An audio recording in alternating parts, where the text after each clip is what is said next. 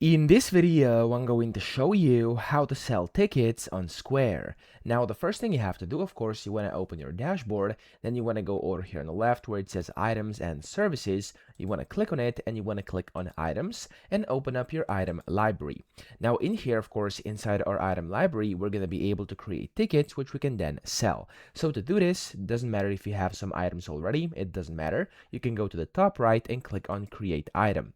Now over here, it's going to pop up the Create Item menu, and here it says Item Type. The most important thing over here is that you click on the drop-down menu and you switch it to Event. Now over here under Event, it says Sell Tickets to Events and include location address as well as times. So click on over here, and that way you can basically create your ticket and of course then sell it. So I'm going to go over here and name this one, for example, Concert Ticket, like this, and of course you can put on the price. I'm going to put it at 40 right now. It's up to you what you do. And of course you have the customer facing description over here as well, so you can type in the description for that specific ticket so people can actually know what it is. And if you have like an image or of course something like that regarding your ticket, you could put an image over here as well. If you need to set up taxes, you can do this here, and then you have the event details. So you have online or in person. So if it's in person, you're gonna have to provide the address and stuff like this.